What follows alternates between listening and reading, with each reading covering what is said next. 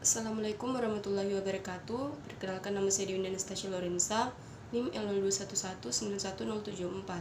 Pada mata kuliah pencemaran perairan, saya akan membahas mengenai limbah plastik, di mana jurnal yang saya akan ambil yaitu pemanfaatan limbah plastik sebagai bahan baku pembuatan bahan bakar alternatif. Yang pertama, pendahuluan. Di sini kita akan membahas mengenai latar belakang. Plastik merupakan material terbuat dari nafta yang merupakan produk turunan minyak bumi dan diperoleh melalui proses penyulingan. Karakteristik plastik yang memiliki ikatan kimia yang sangat kuat sehingga banyak material yang dipakai oleh masyarakat berasal dari plastik. Namun plastik merupakan material yang tidak bisa terdekomposisi secara alami atau non-biodegradable, sehingga setelah digunakan akan menjadi sampah yang sulit diuraikan oleh mikroba tanah dan akan mencemari lingkungan. Pengelolaan sampah plastik dengan cara pembakaran dapat menyebabkan dampak negatif terhadap lingkungan berupa terjadinya pencemaran udara, khususnya emisi dioksin yang bersifat karsinogen. Pirolisis sampah plastik ini merupakan salah satu bentuk proses daur ulang yang dapat mengubah plastik menjadi bahan bakar minyak. Adapun tujuan dari penelitian ini yaitu untuk mengetahui dan membandingkan kemampuan minyak hasil pirolisis plastik dengan minyak tanah dan solar dalam hal massa jenis, lama pembakaran, temperatur air, dan volume air yang hilang atau menguap saat dimasak menggunakan minyak tersebut. Kemudian kita masuk pada bagian metode. Metode yang digunakan adalah metode pirolisis atau destructive distillation. Pirolisis merupakan proses thermal cracking, yaitu proses perekahan atau pemecahan rantai polimer menjadi senyawa yang lebih sederhana melalui proses termal.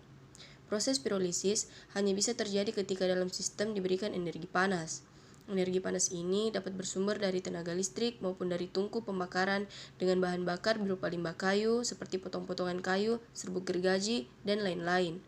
Plastik yang mengalami proses pirolisis akan terdekomposisi menjadi material-material pada fase cair dalam bentuk minyak bakar.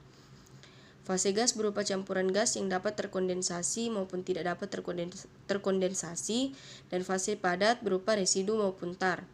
Dibandingkan dengan biofuel seperti biodiesel maupun bioetanol, minyak hasil pirolisis plastik memiliki beberapa kelebihan seperti tidak mengandung air sehingga nilai kalorinya lebih besar. Selain itu, minyak hasil pirolisis tidak mengandung oksigen sehingga tidak menyebabkan korosi. Kemudian kita masuk pada bagian hasil dan pembahasan. Massa jenis minyak hasil pirolisis plastik jenis PP sebesar 0,8 gram per mili lebih rendah dari massa jenis minyak solar, namun lebih tinggi dari massa jenis minyak tanah. Massa jenis minyak solar dan minyak tanah ini masuk dalam kisaran spesifikasi standar menurut Kementerian ESDM 2006, yaitu 0,815 sampai 0,87 gram per mili untuk minyak solar dan 0,79 sampai 0,83 gram per mili untuk minyak tanah. Minyak pirolisis memiliki titik nyala yang lebih besar dari minyak tanah, tapi lebih kecil dari minyak solar. Air yang dimasak menggunakan bahan bakar minyak pirolisis memiliki temperatur 75 derajat Celcius. Temperatur ini berada di antara minyak tanah dan minyak solar karena minyak pirolisis plastik memiliki titik nyala yang juga berada di antara minyak tanah dan minyak solar. Volume air yang menguap paling tinggi dihasilkan dari pemasakan air menggunakan minyak solar, yaitu sebesar 13,2 mili. Diikuti minyak pirolisis sebesar 12,6 mili dan yang paling rendah adalah minyak tanah 8,4 mili. Kemudian yang terakhir, kesimpulan. Berdasarkan uraian di atas dapat kita simpulkan bahwa sampah plastik bisa diurai dan diubah menjadi bahan bakar minyak yang memiliki nilai kalor yang tinggi melalui proses pirolisis. Massa jenis minyak pirolisis dari sampah plastik adalah 0,8 gram per mili. Sedangkan waktu yang dibutuhkan untuk membakar habis suatu benda adalah 4,2 menit. Pemasakan air menggunakan bahan bakar minyak menghasilkan temperatur 75 derajat Celcius pada waktu pemasakan 4 menit dengan volume air yang hilang atau menguap sebesar 12,6 mili.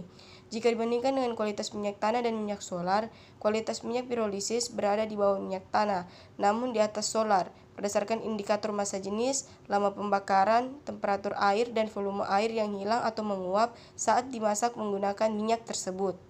Sekian yang dapat saya sampaikan, kurang dan lebihnya mohon dimaafkan. Assalamualaikum warahmatullahi wabarakatuh.